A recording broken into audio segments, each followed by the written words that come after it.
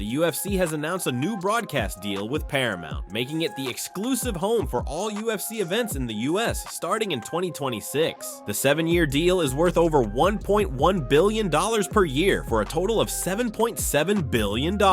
It will replace the UFC's current partnership with ESPN, which began in 2019 and reportedly paid about $500 million per year. The deal with Paramount includes 43 UFC events each year, 13 numbered events, and 30 fight nights. Under the new agreement, fans will no longer have to pay $79.99 for pay-per-views, as all events will be included with a Paramount Plus subscription. Some numbered UFC events will also air live on CBS, Paramount's main network. Currently, Paramount Plus costs between $7.99 and $12.99 per month, depending on the plan. The company has not said if prices will change when UFC coverage begins. Dana White posted this message to his socials. He said this historic deal with Paramount and CBS is incredible for UFC fans and our athletes. For the first time ever, fans in the US will have access to all UFC content without the pay-per-view model, making it more affordable and accessible to view the greatest fights on a massive platform. This deal puts the UFC amongst the biggest sports in the world. The exposure provided by Paramount and CBS networks under this new structure is a huge win for our athletes and anyone who watches and loves this sport. The TKO Mark Shapiro released a statement. He said, "The pay-per-view model is a thing of the past. What's on pay-per-view?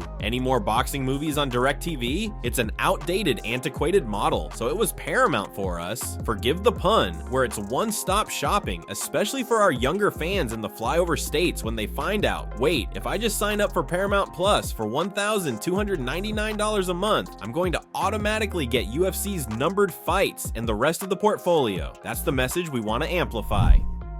Recently, Israel Adesanya expressed interest in rematch Paulo Costa next, and Paulo has since responded as he said, "I don't have to say much. I'd be like, cool, alright, that sounds fun, and give him a chance at redemption like people have done for me as well." Paulo responded during a Q&A on his Instagram and says he's in. Costa, Adesanya 2 in the future, maybe, yes.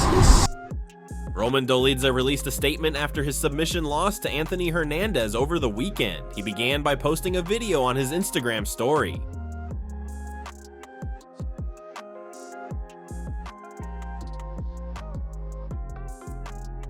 Dolidze then posted this. He wrote, "Thank you everybody for the support. I'm feeling good. Fight. Businesses like that sometimes doesn't go to plan. I want to say a big thank you to my coaches, to Extreme Couture, to UFCPI, my family, and everyone who has supported me. Thank God for everything. No step back, on to the next." Geoff Neal versus Carlos Prates is set to go down at UFC 319. In a recent interview with the Home of Fight, Neal says that he doesn't see this fight going past the first round. He said, "Whoever can keep from getting hit is going to win. I really feel like it's going to be a 1-round fight. That's my goal. Granted, I'm training for 3 rounds, but I'm really training for a 1-round fight. There is no reason this fight should go past round 1. I see me knocking him out in the first round. It's probably not going to happen in the beginning, but it's going to probably be in the last couple of minutes, maybe 3 minutes. That's the goal. Get in there, wear him out, put volume on him, and then put him down." Gilbert Burns shared his thoughts on Dricus du Plessis versus Khamzat Chimaev. Burns, who fought Khamzat in 2022 and lost by unanimous decision, said that if Khamzat fades in the later rounds like he did against him and Kamaru Usman, Dricus could become a nightmare to deal with. I do believe, that's my think. I do think Chimaev has that with everybody. I don't want to get hit on the beginning, because on the beginning, he rushes. I do believe he might take Dricus down, might control him a little bit. I don't believe Dricus will get knocked out. I don't think he's going to get cut. I don't think he's going to get finished. I do believe Dricus is going to fight through all that, get strong, get up. And I think if he's slowing down the way he's slowed down against Kamaru, against me, against a couple other fighters that the fight went late, I think it's a nightmare to fight Dricus. You think there's a chance it goes 5 rounds? It is a chance, because that's the way I said it. Yeah. The guy come as a freaking truck. So the only way to stop the truck is to have a car crash. With the car, meaning... That's good English. Meaning, if you do have a car crash, Dricus, he gotta like fight the adversity, but with the same energy. So he got to give a lot of energy back. Yeah. Saying that both guys going to get exhausted on the second round. But I do believe Dricus, with all experience, a lot of 5 rounds, fighting everybody, I think he's going to be able to recover, dig deep, and he hit so hard that I can see maybe a decision, but I do believe a late finish. Not even that late. I think 4th round, 3rd to 4th round, Dricus can get a finish. Yes, that's my prediction. I want to play rounds 3, 4, 5 for Dricus. Yeah, you should. He's got to weather a 10-minute storm, and then he's got a yeah. 15-minute window to get it done, bro. But that's the thing. You're going to get so tired, so exhausted in those 5 to 10 minutes, and then that's the recovery. Because he's working with a good guy. He's working with the Coach Carl in California. Yes. This guy is famous. Yeah, he used to do TJ Dillashaw. He does Aaron Pico, Coach Carl. Cub Swanson, a lot of fights. Chito Vera did him for a while. The guy is amazing in conditioning. I think he's training the wrestling team, the USA Wrestling Olympic team. I trained this guy before, very good. I still think he's not gonna change much. That guy gonna come like a freaking truck on that first round, and then eventually he's gonna get tired. I do believe. I think it's the same thing. You know what I think? If you try to make that clear, I'm gonna pull you a half tank and I say, hey, you gotta go to Orlando with that tank. Just have half tank. If you go on the limit, you're gonna make it. If you start to go crazy, you're not gonna make it. I just think that guy gets on the car, he accelerates so much that he's not gonna get to Orlando. If you don't finish it quick, first 2 rounds, that's it. I do believe that's happening. Steve Erceg scored a unanimous decision win over Ode Osborne over the weekend. He admitted he was doubting himself going into the fight as he was coming off a 3-fight losing streak and felt like he was fighting to keep his job. You're on a losing streak. You haven't been on a losing streak, so how much pressure do you have on yourself coming into this fight?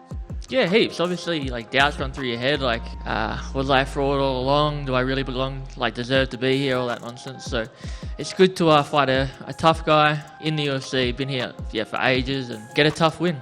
When the judges read the scorecards, were you confident that you won the fight? Yeah, I thought I did enough. I mean, you never really know. But I thought I had his back in the second. I had his back in the third. So I thought I did enough. Alexander Volkanovski broke down Dricus du Plessis versus Khamzat Chimaev on his YouTube channel. He said he doesn't believe Khamzat will pace himself like some people think and predicts he'll come out aggressive from the start, just like he usually does. There's a good chance Chimaev makes it look easy early. Remember that wild storm that Dricus needs to weather. That's no joke. So it might look like that. Or do we see Dricus already giving problems? If you do, we know we're gonna see bigger problems later on. Or do we see Chimaev change it? Fight for a title, 5 round against a tough guy like Dricus. Is he more calculated? Can he be more calculated for 25 minutes? Do we see that Chimaev? I've never seen it, and I don't think I ever will see it. I think he's just a powerhouse, and he's so good at it, he's going to back himself. And that's why he will be dangerous early. Can he get the finish early? Maybe. He could get the finish. I think his best bet is getting that finish early, because he will get him down. He might even be able to get him in some chokes. Dricus might be strong enough to get him in positions that he's safe enough to survive and not let, while he's getting like dasses or anacondas and Chimaev's trying to get leg grips to just keep him closer so he can get an even bigger grip to jam his hips in. Is Dricus strong enough to not let him bring his legs in or get himself around them legs to open himself a little bit, even though it's going to be tight? Dricus is composed enough.